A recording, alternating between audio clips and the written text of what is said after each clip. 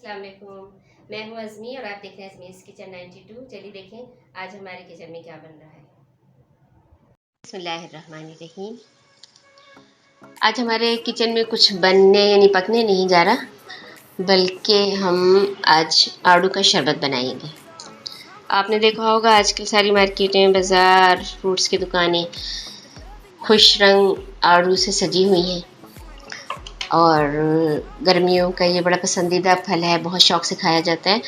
आज हम इसका आपको मिल्क शेक बनाना, स्मूदी बनाना या इसका शरबत बनाना सिखाएंगे और सीखिए और ज़रूर बनाइएगा अपने घरों में, क्योंकि गर्मी की हिद्दत मारने के लिए ये शरबत बेहतरीन साबित होता है। हम दो तरह के चूँकि बनाएंगे आड़ू के शरबत, इसलिए मैं आपको दोनों तरह के सामान रख के तो आपको बता रही हूँ कि आड़ू को वैसे हमने बगैर छीले काटना है और सोडा डालना है।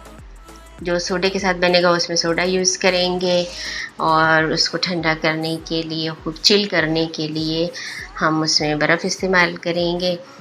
और आड़ू के इस शरबत में भी और दूसरे में भी चीनी ज़रूर डलेगी। चीनी अपनी मर्ज़ी के साथ डालेंगे, कम या ज़्यादा जितना हमें पसंद होगा। आड़ू भी मीठे होते हैं और सोडा भी मीठा होता है, तो हिसाब से चीनी हम डालेंगे। तो इसमें हम काला नमक भी डालेंगे। हाँ, काला नमक भी इसमें आप अपनी मर्ज़ी के मुताबिक सोडे वाले शरबत में ज़रूर शामिल करें। और ये जो दूध का है बनेगा शरबत या मिल्क शेक, इसमें काला नमक यूज़ नहीं किया जाएगा, उसके साथ उसकी कोई मैचिंग नहीं बनती। तो डाल लें, आपकी मर्ज़ी है, लेकिन इसमें काले नमक की ज़रूरत नहीं है। और आड़ू को फिर मैं कह रही हूँ कि छीलना नहीं है, क्योंकि इसका जो खुशंग छिलका है ये आपकी स्किन को ग्लो करेगा। तो छीले बगैर बनाएंगे, लेकिन बाद में हम इसको फाइन करने के लिए स्ट्रेनर से स्ट्रेन कर लेंगे।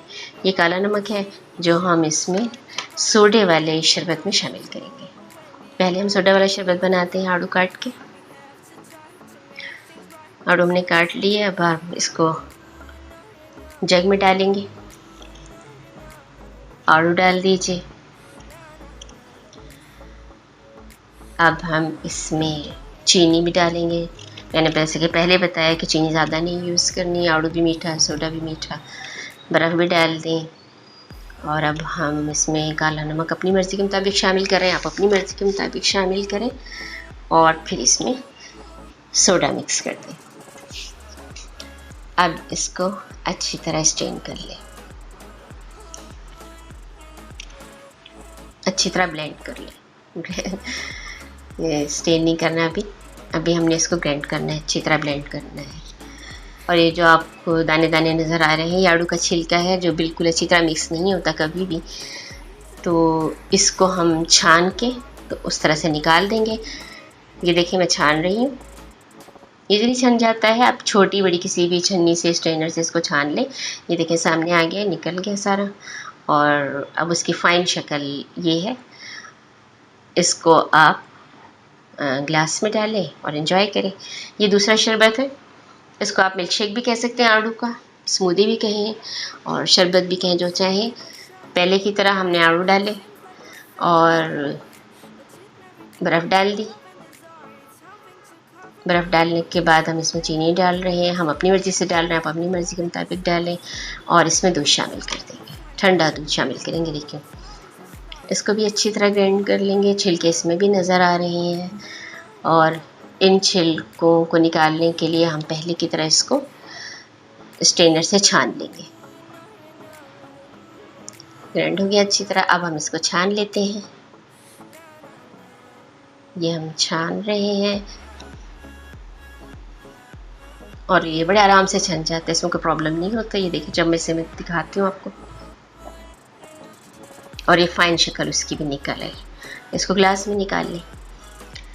आड़ू का शरबत दोनों तरह से तैयार है, बनाइए, खुद भी पिएं, फैमिली को भी सबको पिलाएं और गर्मी की हिद्दत को ख़त्म करें इससे।